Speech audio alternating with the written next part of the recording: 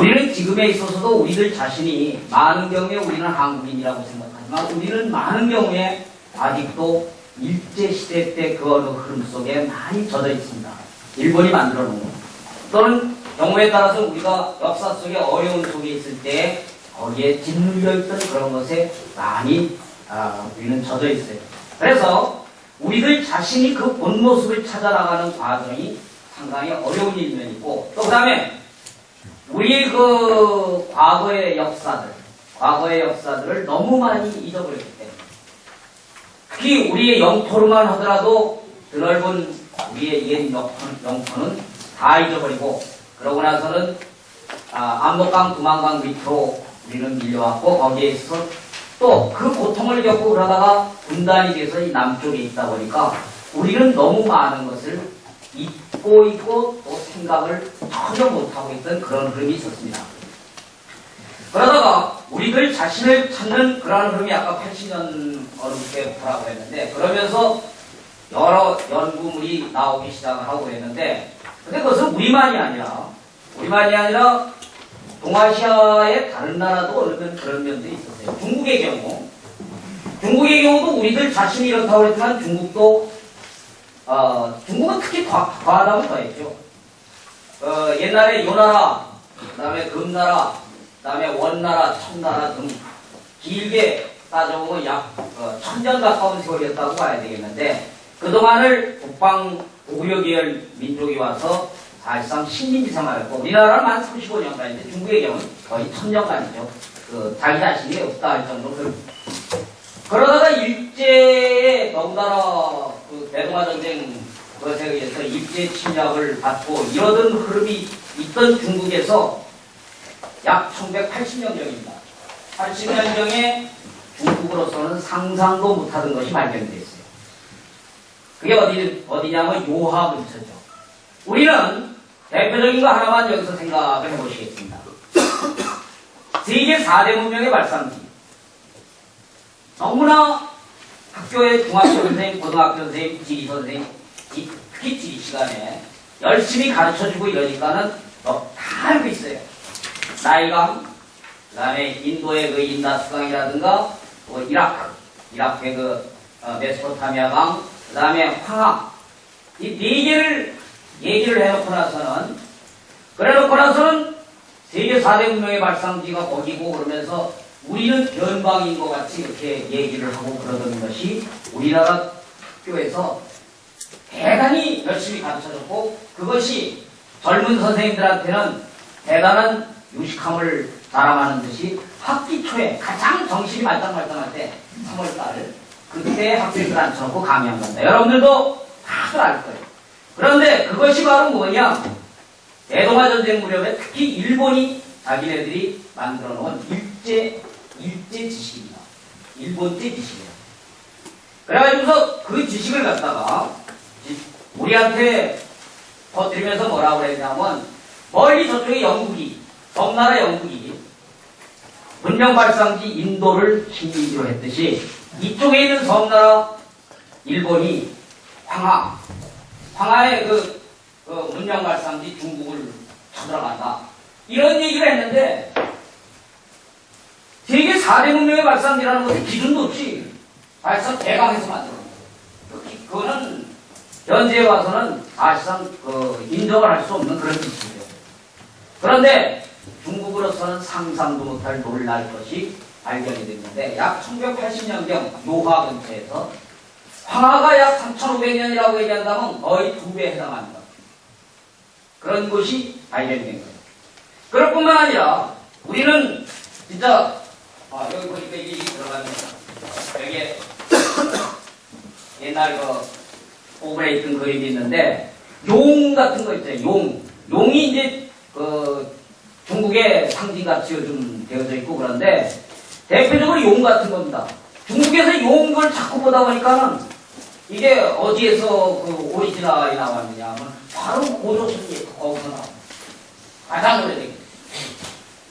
그러니까 여러 가지가 있는데 그 중에 용을 하나 예를 들어서 말씀을 드려둔 말이에요. 그게 바로 거기 있고, 그러니까 중국으로서는 완전히 정체성 분란이 일어납니다. 그래서 자기 자신이 존재의 그걸 얘기할 수가 없고, 이렇게 되니까, 그때 중국에서 한 것이 뭐냐면, 탐원공정이라는 거예요. 탐원공정. 이것이 탐험한다는 탐사, 거기다가, 근원.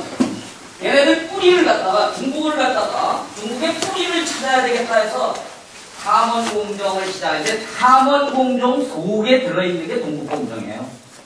동북공정이라는 게 고구려 고조선 뭐 이걸 왜곡했다고 해서 우리나라에서 한참 요란스럽게 그랬는데 실은 탐원공정입니다.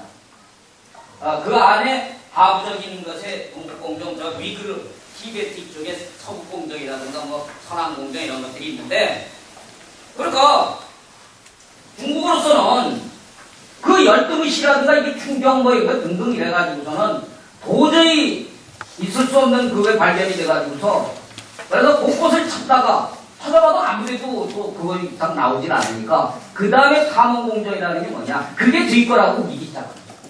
그 중에 하나가 동북공정 이게 나오고, 이렇게 된 거죠.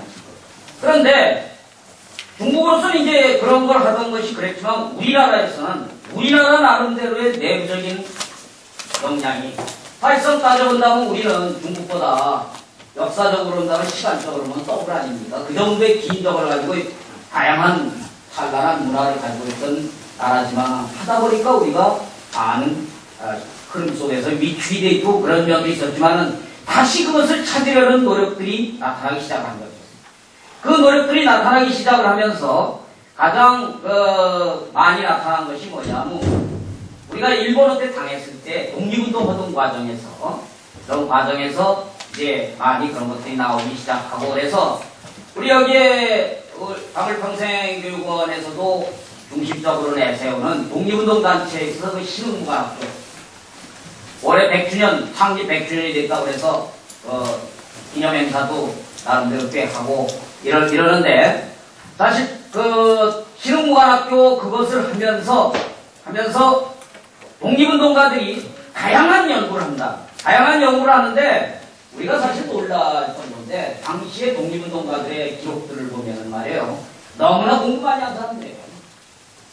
공부 많이 한 그런 분들이 그 만주의 백두산 바로 윗부분 거기에다가 이제 신흥무관학교를 세우는데, 통화라는 곳입니다. 통화에서도 한참 들어가서 삼업포라는 거기서 이제 세우는데, 그때 그분들이 한 행적이라든가 이런 데는 역사적인 이론 같은 게 다 있고 그러는데, 그때 거기가 중심이 됐고 다른 곳에도 연구하고 이런 곳에서 간간히 나타나는데, 대표적인 것의 하나가 뭐냐면, 그 근원을 어디서 찾았느냐면 삼국사기의 앞부분, 김구식 선생이 쓴 삼국사기, 여러분들이 학교 다닐 때 우리가 가장 오래된 역사책이다 해서 다들 많이 배우시고 있고 그러셨을 텐데, 그 삼국사기의 맨 앞에 무슨 말이 있느냐 하면, 또 여러분들이 가물교육 받으면서도 이것은 강조가 됐을 겁니다. 강소장님이나 뭐 등등 말씀을 하시고 그랬을 텐데, 고구려 말로 잃어버린 옛 땅을 되찾는 것을 다물이라고 한다. 그런 많이 들으셨죠, 다물. 이 많은 자자가 아니면 이 따지고 보면 말이야 아무 말도 없는 거지. 아무 저도 없는 거거든요. 그러나 이거는 글자는 생각할 필요가 없어요. 왜냐하면 순 우리말에 비슷한 한자를 뺀, 우리는 신라 때 이두라고 했죠. 음차글이야. 음을 빌렸다 해서 음차글이라고 했는데, 신라 때 이두라고 해서 이두에 해당하는 거예요. 이것이요. 그러니까 근데 이걸 한자로 때 썼지만 아직 한글이 안 나왔으니 다물이라고 한다. 이 다물 한글에 해당하는 걸 갖다 쓴 것이거든요. 이것은 그러나 결코 어렵게 생각하실 건 없어요. 요즘도 우리나라의 국어 선생님들이 표준어라는 것을 서울을 중심으로 한 중산층이 쓰는 것을 표준어로 한다. 이렇게 국어 시간에 돼 있어. 그래가지고 여러분들이 이걸 배우시고 그러셨을 텐데, 경상도라든가 이 전라도 이런데 섬 같은데 산속 이런 데는 아직도 남아있어요. 그래가지고 남이 가져간 물건을 다시 물려달라 하는 거. 이거 뭐냐, 여러분들이 흔히 많이 듣는 거 하나의 예른다면 다물리도 뭐 이렇게 하면서 다물리도 한번 아는 분들은 크게 한번 해봐요. 하나 둘 셋. 다물리도. 예, 그거 쓴 거예요. 예. 삼국사기 맨 앞부분에 있는 그거. 그래서 고구려말로 잃어버린 이 땅을 되찾는 걸 다물이라고 한다. 그곳에서 해가지고서 놀랍게도 이미 신흥무관학교 만주의 독립군 양성을 하던 대표적인 기구가 되겠는데, 인터넷 가서 이제 신흥무관학교도 한번 쳐보세요. 그러면 어느 정도 간단하게 나오시고 읽을 수도 있고 그러실 텐데, 그 신흥무관학교는 한국의 진짜 지도급이죠. 대표적인 집안이 백사 이항복 선생님 가문인데, 그 집안 육형제 전체가 당시로서는 우리나라의 준재벌에 해당하는 집안이었다고 해요. 그런데 전 재산 다 팔아가지고 눈 내리는 그 청천강 두만강 건너서 거기까지 가가지고 좁쌀죽에 산나물 한두 개 이런 거 먹어가면서 독립군을 양성하고 그렇게 했던 대표적인 기구입니다. 그러니까 그것이 있으니까 우리나라에 뜻있는 젊은이가 거기에 몰려갖고 지식인들이 몰려갖고 그다음에 군인이었던 사람들이 몰려가고, 그래서 유명한 김자진 장군이라든가 그다음에 이청청 장군 이런 분들이 다 거기 대표적으로 이제 계시고, 그런데 그분들이 해가지고서 얼마냐 하면은 약 10년에 걸쳐서 3,500명의 군사를 기르고, 그러면서 다른 독립군 진영하고 합쳐지고 이렇게 하면서 대단한 승리를 거둔 것이 바로 뭐냐면 청산리 대첩이죠. 청산리 대첩은 우리나라 역사가 차츰차츰 나중에 알려지니까 그렇지, 처음에는 우리나라 헌법정문에 뭐가 나왔으냐 하면은 그 3.1운동만 나왔어요. 근데 국내에서 3.1운동 한 분들밖에 모르니까 그때 헌법을 쓰신 분들이 3.1운동 유진호 박사라든가 이런 분들이 그렇게 했거든요. 그러다가 차츰차츰 지나서 상해 임시정부가 지금 헌법 전문에 들어갔는데, 제 입장에서는 상해 임시정부보다 본격적으로 들어가야 될 때가 바로 청산리 전투라고 봐야 될 겁니다. 청산리 대첩. 정말 우리의 자랑스러운 승리고, 그런데 그 승리의 원동력이 바로 신흥무관학교였어요. 신흥이란 말도 잘 아셔야 될 것이, 우리는 민족중흥 이런 말들을 많이 쓰는데, 민족중흥에 사명을 띠고 이런 얘기를 하는데, 그 말은 일본어입니다. 우리가 쓰고 있는 많은 말들이 일본 용어예요. 그런데 순우리말이 뭐냐? 신민흥국이에요. 그래서 옛날 독립운동 가던 단체가 신민회라든가 이런 거 이제 신민흥국을 줄인 게 신흥입니다. 신흥이라는 게 당시에 상당히 중요한 우리 민족의 용어였어요. 그런 용어. 그 다음에 국수주의라고 얘기하는 거, 국수. 국가의 순수성을 지키자 하는 그것이 독립운동 용어였어요. 그러니까 일본 놈들이 그걸 갖다 국수주의는 나쁘다, 쇼비니즘이다 하고 갖다가, 근데 쇼비니즘이라는 말은 원 뜻이 뭐냐면 자의적인, 억지로 강화시킨 애국주의, 자민족 중심주의 이런 거고, 실제 국수주의라는 것은 그건 나쁜 용어가 아니에요. 쇼비니즘을 그걸로 번역하면 안 되거든요. 그런데 그걸 갖다가 그래서 일본인들이 그걸 나쁘게 선정을 한 거죠. 당시에 우리들 독립운동 용어가 국수를 지키자 이거였단 말이야. 나라의 순수성을 지키자. 그런데 이렇게 돼가지고서 우리나라에서 신민흥국의 독립운동이 민을 새롭게 하고 흥국, 나라를 흥하게 하고, 이걸 줄이게 신흥이라고 했어요. 그걸 기치로 내고서 신흥무관학교를 독립운동학교를 세운 거란 말이에요. 당시 우리나라 곳곳에 보면 신흥이라는 게 꽤 나와 있어요. 그건 다 독립운동 계열에서 세운 겁니다. 그런 쪽에서 많이 했어요. 그리고 신민회라는 단체를 만들기도 하고, 그렇게 해서 세운 청산리 대첩의 원동력이 됐던 신흥무관학교, 그 대단한 조직의 동창회를 당시 뭐라고 불렀냐면 다물단이라고 불렀어요. 다물단. 여기에서는 지금 다물단, 다물꾼 이런 용어를 여기서 쓰는데, 이 현재 다물민족 평생교육원 다물민족학교의 기본 정신은 한국 고대사, 거기서부터 시작해서 고구려의 건국 정신을 이으면서 신흥무관학교의 몇 가지를 함께 강하게 연결시키면서 우리 민족을 옛날에 아까 7,000년 전에 중국이 경악을 할 정도로 놀란 그 정도의 놀라운 나라를 다시 되살리자 하는 그러한 그룹이 바로 다문운동이다.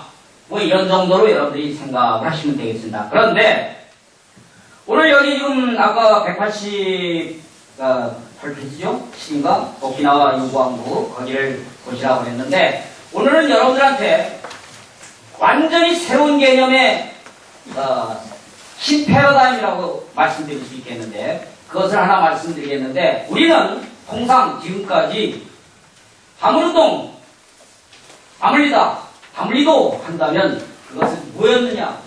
그건 우리는 당연하게 고정관념에 젖어서 스테레오타입이라고 말해서 고정관념에 젖어서 북방다물이라고 생각해봤습니다. 북방다물. 북방다물은 대단히 중요한 거죠. 북방다물은 저기 만주벌판 그 드넓은 데를 다 포괄하면서 고조선 고구려 그 역사를 갖다가 포용하고 심지어는 최근에 발견된 건데 현대시대에 발견된 건데 멀리 우즈베키스탄의 사마르칸트에 거기서까지도 고구려 외교사절의 그림이 발견되어갖고 상당한 충격을 주고 사마르칸트가 어디냐 하면은 아프가니스탄 바로 위입니다. 아프가니스탄 위 그 파밀고원 바위 거기인데 거기까지 그게 가가지고 놀라움을 안겨주고 그랬었는데 이 북방다물에 대해 연구도 상당히 많이 밝혀지고 있지만은 오늘 여러분들한테는 생전 처음 듣는 얘기 남방다물에 대한 말씀을 드리고 싶습니다. 우리 민족에 있어서는 남쪽에 대한 문제도 우리는 당연히 제주도 아래는 아무것도 아니라고 생각을 했었어요. 그런데 놀라운 것이 현대시대에 와서 발견이 된 겁니다. 우리는 그간 너무나 일본의 침략이라든가 강점 그런 이런 것에 짓눌려 있고 그러다 보니까 전혀 상상도 못했던 것이 나옵니다. 그것이 바로 뭐냐면 오키나와 요구왕국 그랬는데 오키나와는 제가 쓰다 보니까 썼습니다. 오키나와는 그런데 이거는 쓸 수 없는 말이에요. 왜 그러냐? 일본이 거기를 강제 점령하고 나서 유구왕국을 갖다 오키나와라고 현재 불러서 오키나와 그렇게 썼는데 그걸 안 쓰면은 유구왕국만 하면은 이해를 또 쉽게 못하실까봐 일단은 그렇게 썼는데 오키나와라는 말은 침략용어예요. 일본 침략용어. 그러니까 이렇게 쓰셔야 돼요. 차라리 유구왕국의 가나대 독립운동 이렇게 보셔야 되겠습니다. 그럼 여기에는 아주 몸이 건장하신 분들이 아주 다수가 앉아 계시는데 최소한 태권도 몇 단 정도들 다 하시죠? 네. 우리 전중에 오신 분 몇 단에? 여러분들 그렇게 말씀하시는데 안 교수는 여러분들의 말씀드리는 안 교수는 0단입니다. 0단. 0단이 높아요? 전혀 못합니다. 그러나 저는 걱정은 없어요. 제가 어디 가면 여러분이 쫙 둘러서 할 거니까 항상 저는 가운데 있으면 됩니다. 그럼 되는데 그것의 국제정치 역사를 여러분들한테 말씀드리겠습니다. 제가 알 수 있는 것은 국제정치 역사의 말씀이지 태권도의 기능이라든가 뭐 이런 것은 전혀 저는 관련 없는 겁니다. 여러분들이 가서 연말을 하세요.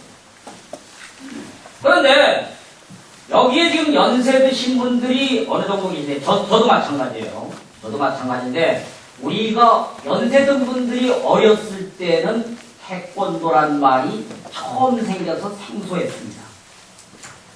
초기에 뭐였어요? 당수죠, 당수. 당수하는 분, 몇 분에 손 들어봐요.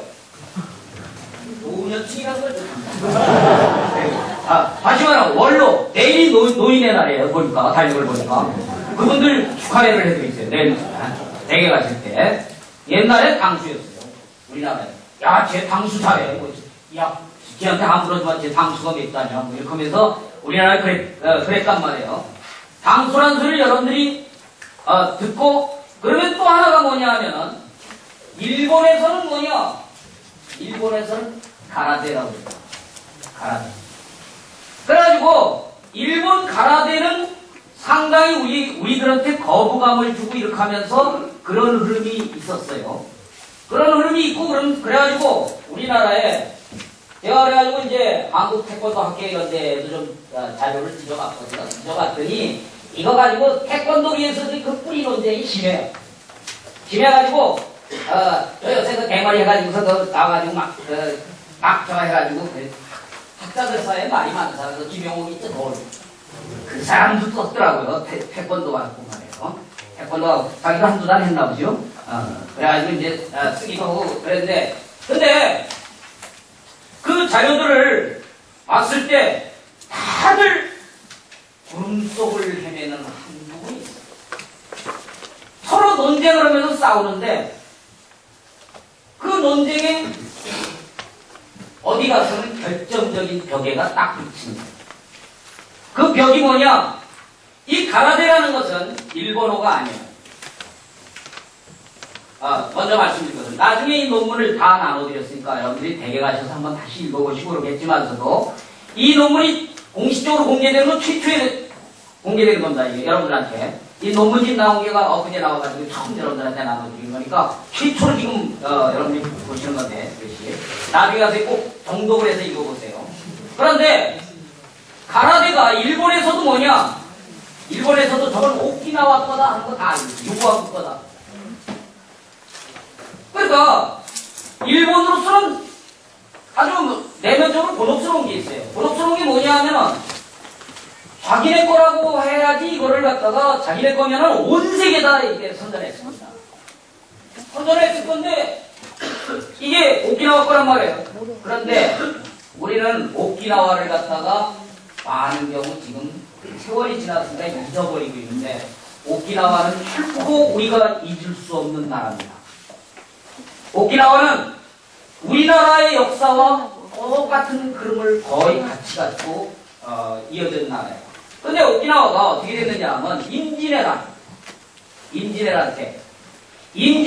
직후에 오키나와를 일본의 제일 우범 지역이 어디냐 하면은 요전에 화산 일어나고 요새는 지진은 센다이 근처 거기서 했는데 화산이 폭발하고 하는 규슈 지역 거긴데 거기에 사스마 도사 요런 계열 사람들이 있는 거인데 이등방문도 고조 출신입니다. 거긴데 이자들이 우리나라도 쳐들어온 원흉들이고 그 일본 전체를 나중에 대표하고 온 거기도 다 그런데 이 사스마 군대 약 3,000명이 한꺼번에 기습을 해가지고 요구왕국을 갖다가 점령을 해서 완전히 뺏어갑니다. 요구왕국. 당시의 요구왕국은 어떤 나라냐 하면은 거기에 이제 써 있습니다. 그 뒤에 읽으시면 됩니다. 만국질량의 나라. 만국질량. 만국은 뭐 만 가지 나라니까 이건 설명할 필요 없고. 진량이 뭐냐? 노량진 거꾸로 라고 생각하시면 돼요. 노량진이라는 것은 뭐예요? 갈대의 양진, 갈대 항구. 노량진. 서울의 노량진 아시죠? 서울역의 다음역 노량진. 만국진양 한자만 바꾼 건데 그게 같은 뜻이죠.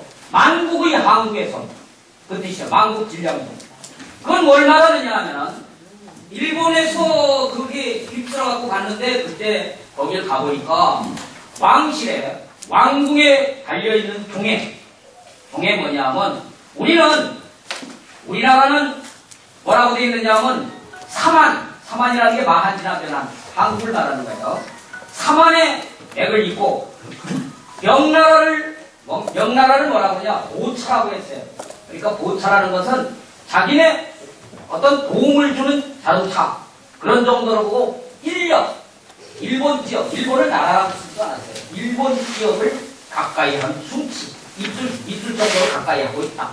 그런 나라인데 우리나라는 워낙 부자 나라라 자랑스러운 나라라 온 세계의 배들이 드나들면서 그래가지고서 아주 온 세계의 물품이 다 있고 그런 질량이다 이게. 그래서 그 유명한 그래서 그걸 뭐냐 만국질량종이라고 부르고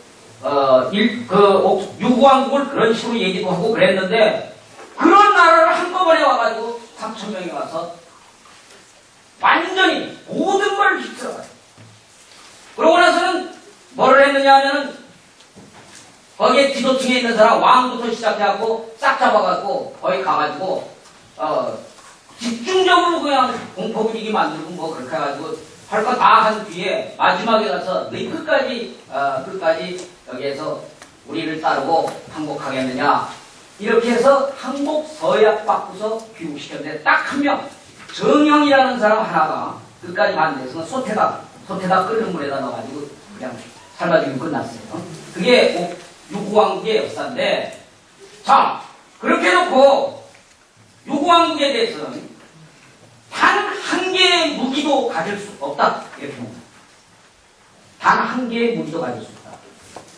그래가지고 그때 영국 군함이 거기를 들렀던 적이 있는데, 영국 군함이 거기서 들러가지고 그게 어디로 갔느냐 하면 나폴레옹이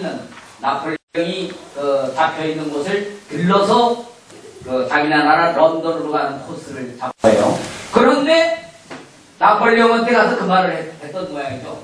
그게 아주 중요한 일화인데, 그래 나폴레옹이 그 얘기를 듣고 세상에 무기가 하나도 없는 나라가 어딨냐? 아무리 뭐라고 그래도 지구상에 무기가 없는 나라가 어디 있겠느냐? 나폴레옹이 그런 말을 했다고 할 정도의 상황이었어요. 그러니까 완전히 공포 분위기 속에서 그렇게 한 거죠. 자, 그렇게 되니까 이 나라에서 어떻게 했느냐? 이 나라에서는 극비리에 우리는 아무것도 가질 수가 없으니까 하나가 뭐냐? 맨손무예를 기를 수밖에 없어요. 맨손무예를 길러가지고서 자기네 나름대로 이것을 용어를 가라데라고 불렀어요. 오키나와에서, 유구왕국에서 가라데라고 불렀는데, 이 가라데를 갖다가 가라데를 한참 하고 그러는데 나중에 일본에서 말이야. 일본에서 그러니까 사실상 뭐냐 하면은 임진왜란 이후에 그렇고 나서 완전히 종속국가를 만드는 거거든요. 종속국가 나라는 그대로 둬두고 종속국가 만들어가지고 모든 거 약탈만 해가고 이러다가 언제냐 하면 청일전쟁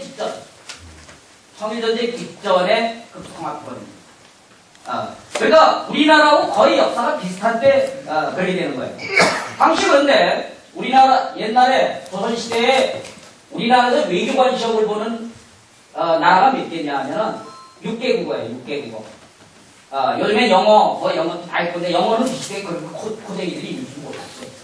그래서 그때 6개국어가 어디냐면 중국 있고 일본 있고 그 다음에 미그러 있고 만주 있고 몽골 이렇게 하고 나서 하나가 어디냐 하면은 유구왕국이 그 정도에 낄 정도의 나라입니다. 6개국어. 외교관 시험을 볼 때 하던 그런 저거예요. 그런 나라가 우리나라도 교류를 꽤 많이 가졌어요. 한국권이 굉장히 많이 가졌습니다. 그런데 그런 나라가 일본한테 극복을 당합니다. 일본한테 극복을 당하니까 진짜 절치무심하면서 손으로 하는 무예를 가라데를 했겠죠. 가라데를 했는데 어느 날 들켰어요. 일본 사람들이 들킨 거예요. 들키니까 이 사람들이 뭐라고 말을 했느냐 하면 이거 우리가 하는 게 아니라 저 중국에서 와서 당나라 당자를 대서 당수라고 이게 당수야 우리가 아니다. 우리가 하려고 없다 하나도 없다. 저희가 그러니까 흉내만 냈다. 요렇게 말을 얼버무린 거예요. 이게 퍼져가지고 당수가 됩니다. 이게 당수. 그 말이 쭉 해가지고 우리나라에도 당수라고 돼서 왔어요. 그런데 유구왕국에서는 이것을 나름대로 끝까지 속이는 거예요. 끝까지 속이는데 현대 일본에 흡수가 된 뒤에 그거의 대표적인 사람이 누구냐면 후나코시라는 사람이에요. 후나코시라는 사람이 이 사람을 일본말로 번역을 하면 뭐냐면 선월이요. 선이라는 건 기선이 배를 가는 게 기선, 선박. 월은 월남을 때 월.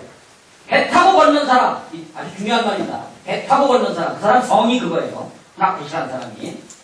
후나코시가 바로 그 사람인데 이 사람이 뭐냐 하면은 당시에 일본 장학사가 왔는데 일본 장학사한테다가 설득을 하는 거예요. 이것이 애들 교육에 너무 좋다. 그거 학생들한테 가르친 게 얼마나 좋겠느냐 등등 설득을 해서 장학사가 오케이를 해요. 그래가지고 이것을 처음으로 일제강점시대 때, 그리고 우리나라 강점시대가 거의 비슷한 때, 그때 처음으로 오키나와의 초등학교에서 갇히게 됩니다. 갇히게 되고, 조금 지나서는 일본의 황태자한테 이거 가서 한번 배주자. 너무 좋은 거다 말이야. 그러니까 황태자가 보고서도, 이거 괜찮은데 하라고 말이야. 황태자가 공의를 해준 격이 됐어요. 그래가지고 이게 일본에가 소개가 됐어요. 일본에 소개가 됐는데 일본 사람들이 보니까 말이야. 이게 당나라 당자가 말이야. 지금 중국하고 한판 붙어야 되는데 당나라 당자가 붙어있다는 게 말이 되냐 말이야. 이래가지고서 일본에서는 맨손으로 하는 거니까 빌공짜 공수. 공수도란 말 들어봤죠? 그래서 공수도가 된 거야, 일본에서. 같은 게. 빌공짜. 근데 공교롭게도 일본말로 당나라 당자도 가라고.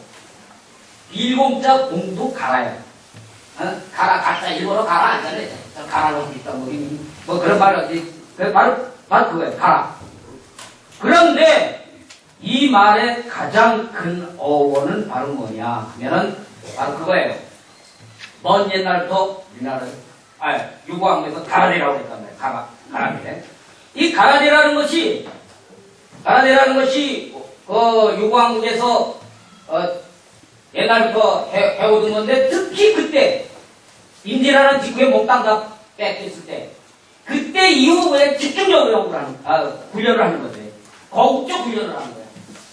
무기가 아무것도 없으니까, 맨손으로 하는 거예요. 그 다음에 몽둥이. 그 사명대사의 봉술충 무예 있잖아요? 이런 거 확실하게 연구를 합니다. 그래가지고 그거 수련을 하고, 이렇게 되는데, 이거 용어가 뭐냐 하면 가라돼요. 그 가라가 뭐냐? 그 가라가 삼한에서 온 가라다. 그런데 여러분들이 하나 잘 아셔야 될 게 있어요. 우리나라 이름이라는 게, 우리나라 이름이, 저기 지금 보면은, 한국이라는 말이죠, 한국. 한국이라는 게, 한이라는 게, 나중은 이겁니다. 한국이라는 게. 한의 나라인데, 한지난 변한 옛날에 그게 있었다고 하는데, 실제로는 이게 뭐냐 하면 칸이에요, 칸이 뭐냐 하면 형제.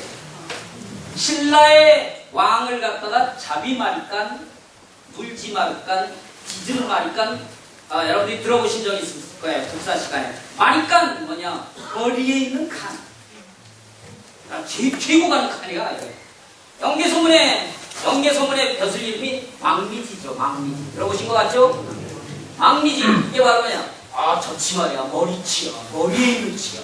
그걸 부르는 거야. 머리치. 우리 강 소장 뭐예요? 머리치. 강머리치. 강 소장. 요런 이게 강 소장님을 돌리는 것 같잖아요. 아니야, 이 친구가 턱을 긁고 앉았어. 요게 뭐예요? 당시 용어는 저거예요. 그래가지고 벼슬아치. 벼슬아치. 하고 있어요. 나쁜 용. 양아치. 그러면 치가 나쁜 용어예요. 제일 머리에 있는 치, 머리치. 근데 그때가 큰 점을 쳐서 큰 대점에서 대머리치. 대망미치. 여기서. 근데 머리에 있는 칸. 이게 마리간이라는. 지증마리간, 물지마리간, 이런 분들 바로 그거거든요? 자, 이제, 디비칸. 바로. 이게 바로 그거에, 이두니까 한자가 여러 개 있어서, 예를 보세요. 여기에 보면은, 광개특강 비문에 있는 게, 시조추모 그랬어요. 시조추모. 추모가 뭐냐 하면은 주몽을 말하는 거예요. 주몽. 옛날 역사책에는 주몽이라고만 되어 있는 게 아니라 추모, 주몽, 도모 이렇게 여러 가지가 있어요. 옛날에는 비슷한 소리 갖다 쓰는 거니까. 근데 그때 그것이 바로 뭐냐 하면 당시에 만주 원주민 말로 쭈모라는 말을 갖다가 쓴 거예요. 쭈모라는 말이 바로 뭐냐 하면은 명사수라는 뜻이에요. 명사. 최종병기 활 보세요. 요새 그런 거 나왔죠?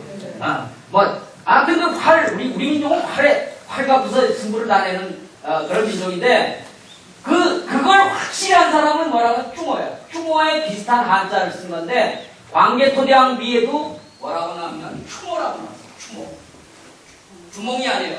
그런데 언제냐 하면 3차 교육과정, 1972년 제3차 교육과정에서 학생들 가르치는데 혼란이 오면 안 되니까 주몽으로 통제하고. 그래서 고주몽 그러는 거지. 원래는 여러 가지예요. 여러 가지인데 여기에 있어서 이거 마한 지난 변한 한 이것도 바로 뭐냐면 여러 칸 그러니까 이렇게 되시는 거예요. 징기스칸이라든가 무슨 야 징기스칸은 이거지. 전 세계에서 간 이런 것이 다 뭐냐 칸 황제. 징기스는 뭐냐면 바다라는 뜻이에요. 바다 그쪽 말로 바다 황제. 이런 뜻이. 징기스칸 대단한 분. 근데 바다라는 말을 하나를 여러분들이 꼭 오해하시지 말고. 우리는 바다 하면 물만 생각하는데 모래바다, 돌바다, 되게 많은 건 바다예요. 옛날에 거대한 그게 징기스칸. 그런데 이 한을 갖다가 하늘이 마한, 진한, 변한하면서 우리한테 쓰여지지 않았습니까? 옛날에.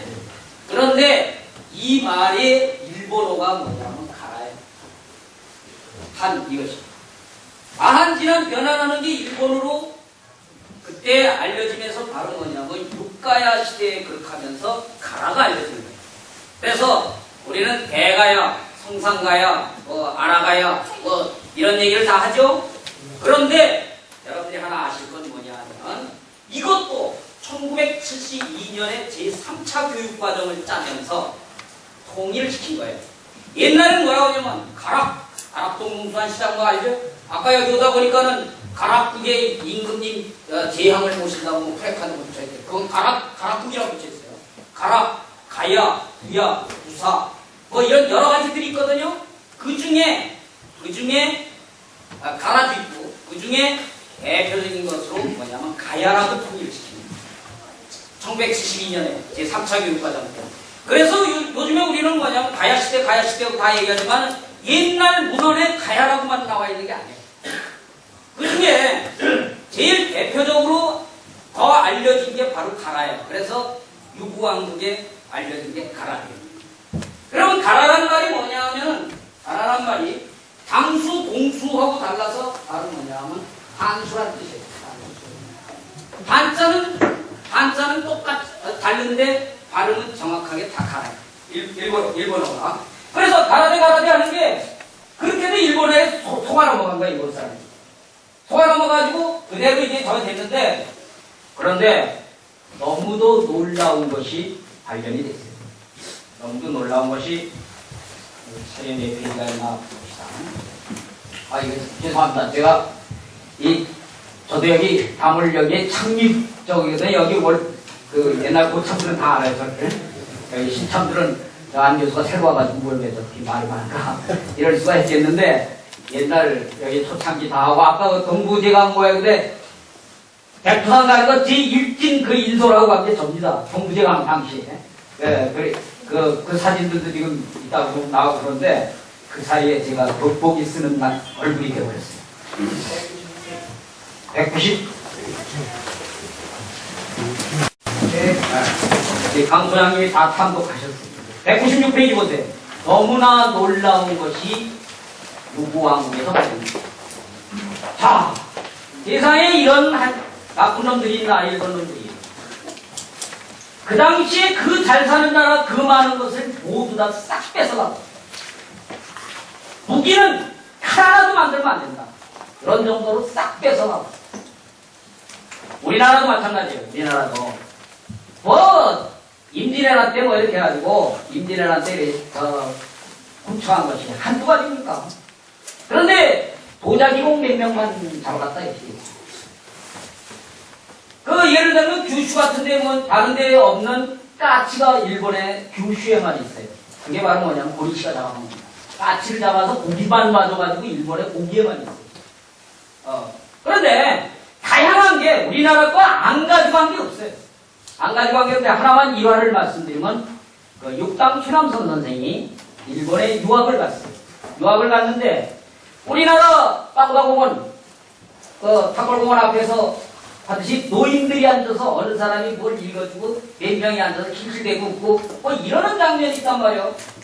뭔가 해가지고 자기도 재밌는 얘기인가 하는데 뒤에서 이렇게 최남선 선생님이 유학 가가지고 뒷골목 돌아다니다가 근데 무슨 재밌는 얘기 같은데 걷기만 하는 게 아니라 몇 군데서 더 해.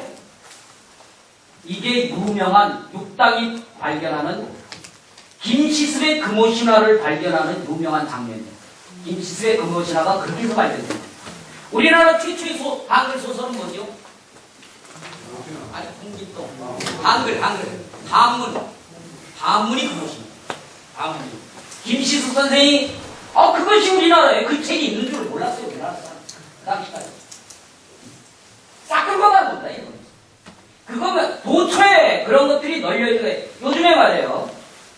조선 태종 임금님 때 만들어진 혼일각리 역대 국도지도라는 세계 지도가 나왔는데 이 지도가 세계 가장 오래된 세계 지도예요. 우리나라에서 만들었어요. 이게 있는가를 몰랐는데 일본에 미야노리코라는 용복대학 여교수가 낱낱이 분석을 했어요. 근데 저희가 여교수가 순진하게 거기다 말하면 이것은 임진왜란 때 아니면 그 경술왜란 때 가져왔을 거다. 뺏어갖다 쓰지 못하고 자기 나라에 이렇게 가져왔을 거다. 딴 데 가져갈 리가 없다. 다 약탈한 거라 이거죠. 그런데 우리나라에 오대산에 여러분들이 알 거예요. 그 조선 왕조 오대산권 실록을 뭐 해가지고 이것이 유일하게 일본에서 대표적으로 반납을 한 건데 참 이게 넌센스예요. 넌센스가 뭐냐면 그걸 갖다가 거기에 있는 실록은 동경대학에 갖다 주고 거기 선원보각이라는 게 요즘에는 박물관하고 쓰는데 경복궁의 국립고궁박물관인데 이게 다 일본어입니다. 박물관이라는 용어 자체가 일본어고 그 다음에 고궁이라는 말이 왜 고궁이야? 우리나라는 조선왕실이죠. 그런 용어 잘못 쓰면 안 돼요. 그런데 그렇게 쓰고 있거든요. 그 말의 원말이 뭐냐면 선원보각이에요. 보각이라는 말이 박물관입니다. 우리말. 선원보각이 있으면 다 갖다 뭐냐 일본 천황 갖다 줬다. 그러고 나서는 그것이 동경대지지 때 싸고 써줬다 이러는데 천황한테 갖다 준 것은 그런대로 다 남아있는 것이 저거 해가지고 요즘 그거 반환한다는 거예요. 일본 총리가 저거 하는 그게 바로 그거고 근데 실록은 10권밖에 일본 측에서 지금 성질나서 저런 소리를 예. 10권밖에 안 나고 답을 탔다 이거예요. 그래가지고 동경대 총장이 서울대 총장을 갖다 줬는데 그건 넌센스입니다. 그래놓고 기준이라고 그랬어요. 왜 기준이 어디에? 반환이지. 기준이라는 것은 내 걸 갖다가 줄 때 기준이죠. 그리고 반환은 오대산에 해야죠. 거기다 해야 되는데 그걸 갖다 서울대 갖다 줬어요. 그런데 10개라고 그랬는데 자꾸 발견돼서 지금 48개까지 나왔는데 그 후에 또 나왔다는 사실이에요. 참 일본어를 해도 음흉하고 여기 일본어 없죠? 제가 이거 원색적인 걸 하는데 그 오키나와 유구왕국가 한 개도 없다는 거야. 그냥 나라 전체를 들어가고 동경대지 때 싹 없어졌다는 거야. 그런데 지금부터 약 20여 년 전월 때 일본인 거기서 처음으로 발견됐는데 그걸 읽어보겠어요. 다 같이 보세요. 196페이지 넷째 줄. 계유년 고려 와장조라는 글이 새겨진 반달 모양 그걸 암기화라고 하죠. 여기 위에 딱 올려놓은 그 기화가 발견된 거예요. 계유년에 고려의 와장 기화장이가 조 만들었다. 계유년에 고려 기화장이가 제조했다. 요 글씨가 딱 쓰여져 있는 기와장이 여러 개가 발견됐어요. 거기서. 일본 측에서는 그것을 계유년을 갖다가 그동안 뭐라고 하냐 1393년으로 봤어요. 1393년. 이것이 조선 초죠. 조선 초인데 그런데 차츰 세월이 지나면서 여러분들이 또 하나 잊지 마셔야 될 건 뭐냐면 육구왕국 오키나와 사람들은 지금도 반일 정신이 철저합니다. 다 독립운동가라고 얘기할 정도로 그 정도로 철저해가지고 오키나와에는 일본기를 걸지 못해요. 일본기를 못 걸고 천황이 못 갑니다. 그런데 멋모르고 한번 황태자가 갔다 완전히 계란세에 받고 쫓겨났어요. 오키나와가 그런 곳입니다. 지금 일본에 지금 점령돼 있지만 그 사람들 지금 그 반일 정신이라는 게 엄청난 거예요. 그런데 이게 차츰차츰하면서 뭐로 지금 굳어져 나갔느냐 하면 고아래 보세요. 1273년 1273년이에요. 1273년이 바로 뭐냐?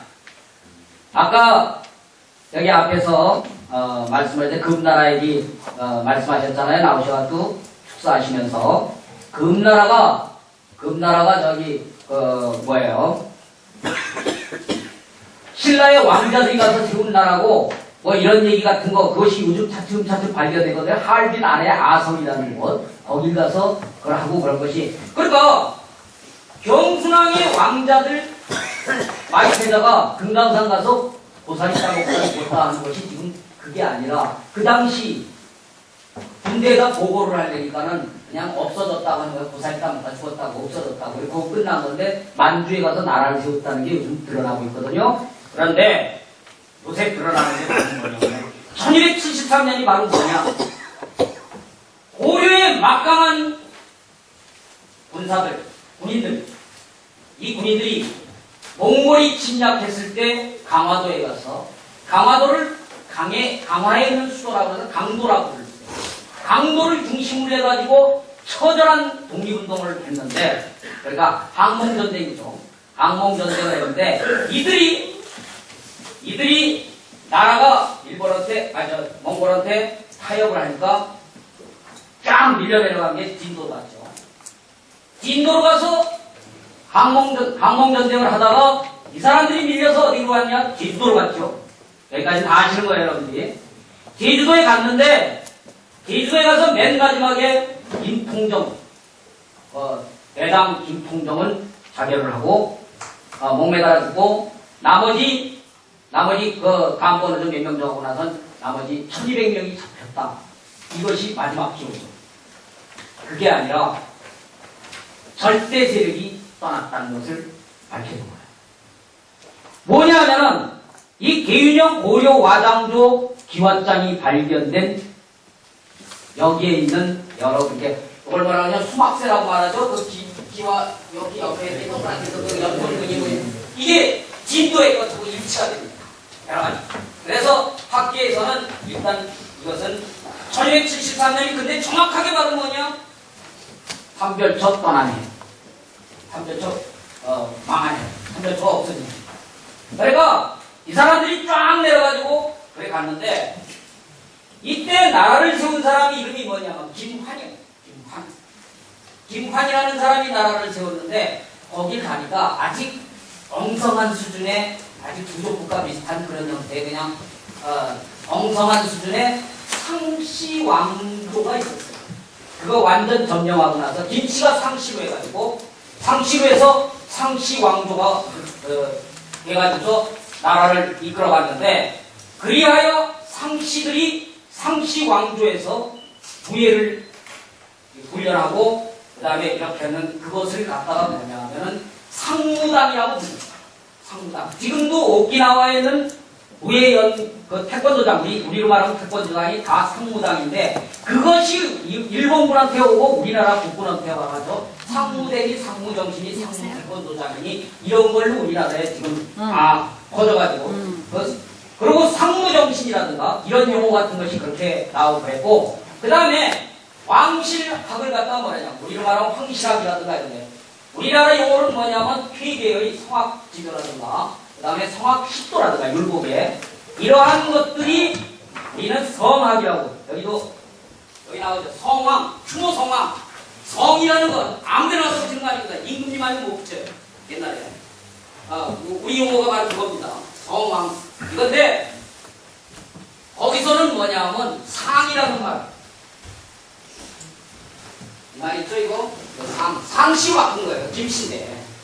그래가지고 바로 뭐냐면 상시 왕조가 됐는데 그 우애를 상무.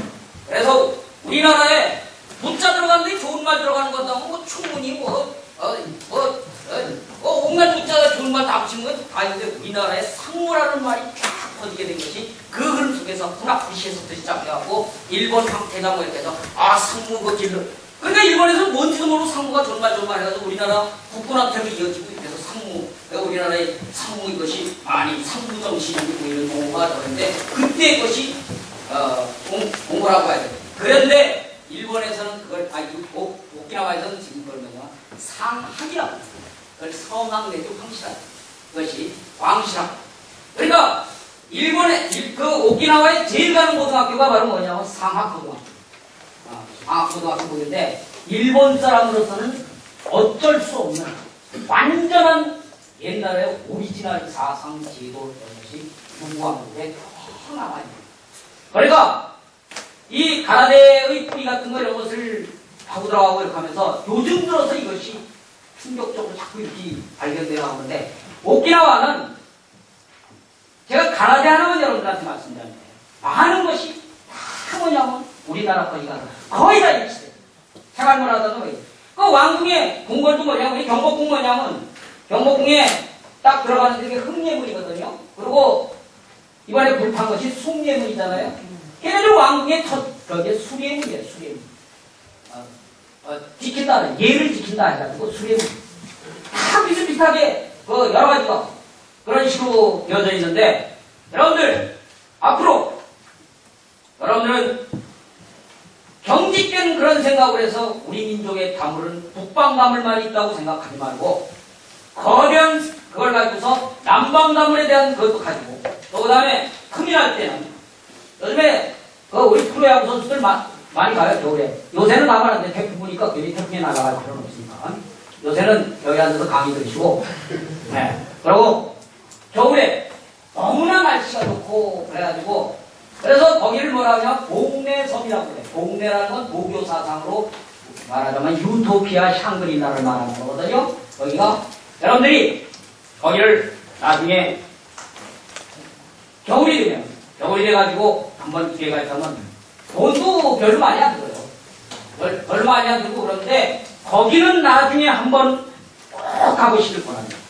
그 유구왕 오키나와 그런데 가가지고 이런 문제들을 다 생각을 하면서 저는 그래 오키나와 유구왕국은 일본에서 이유 없이 독립시켜줘야 될 것이라고 생각합니다. 거기는 지금 현재 미국의 가데나 후텐마 공군기지가 있고 아시아의 최고 중요한 전략기지로 그런 식으로 돼 있고 그런데 거기 가보면은 정말 여러분들이 동아시아 국제정치, 우리나라의 국제정치, 다문운동의 역사, 뿌리, 그 다음에 철학 이런 것들을 다양하게 생각할 수 있는 그런 것입니다.